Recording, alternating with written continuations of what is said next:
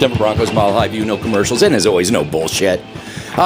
Just fucking listening to the idiots at Sports Talk Radio, I gotta chime in. So, they're looking at bringing in theoretic, okay?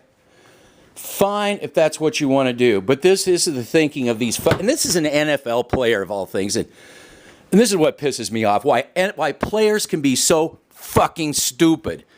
You know, it's just listening, I'm like, did you fucking play football? Did you really play football?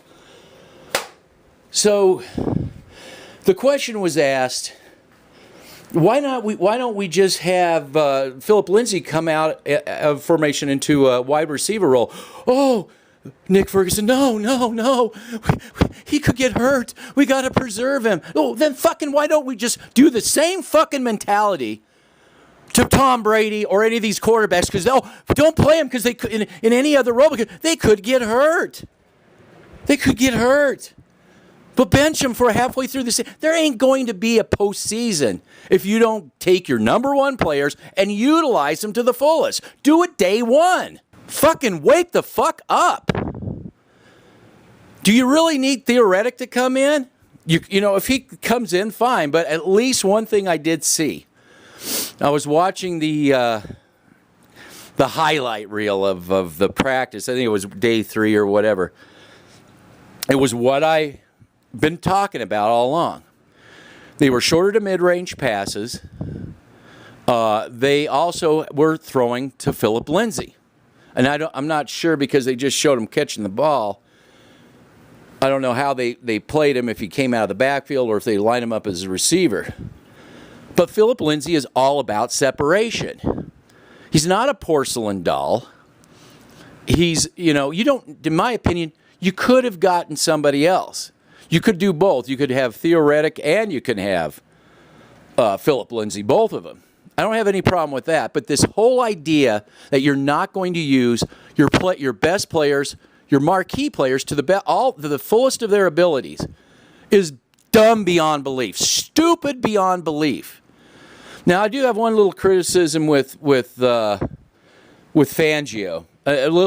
probably more of a cautionary tale, and that is, they didn't pick up Foster from the Redskins, for instance. I am not convinced that this linebacking crew is very good.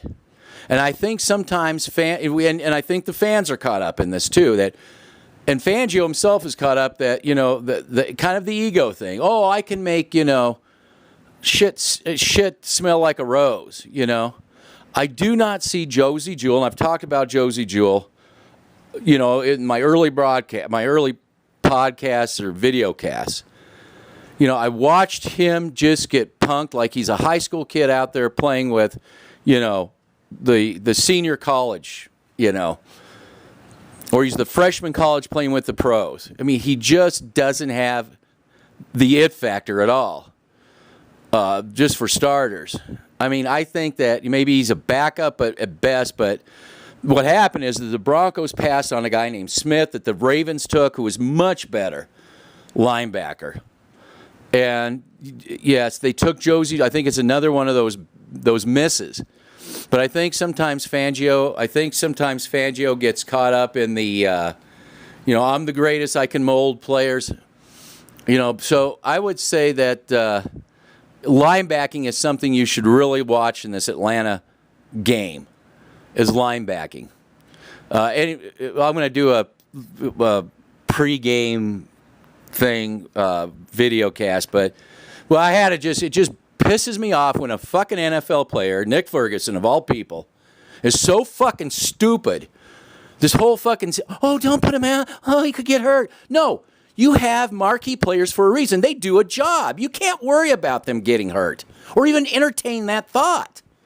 You got to put them out day one and make teams realize we're not going to be, one-dimensional as an offense. When you see Phillip Lyndsay split off, from the backfield, take a receiver, that opens up a lot of doors. Phillip Lyndsay, like I said, is all about separation. If anybody is about separation, it's Phillip Lyndsay. He's an ideal receiver. To take him, to not play him in that role is insane.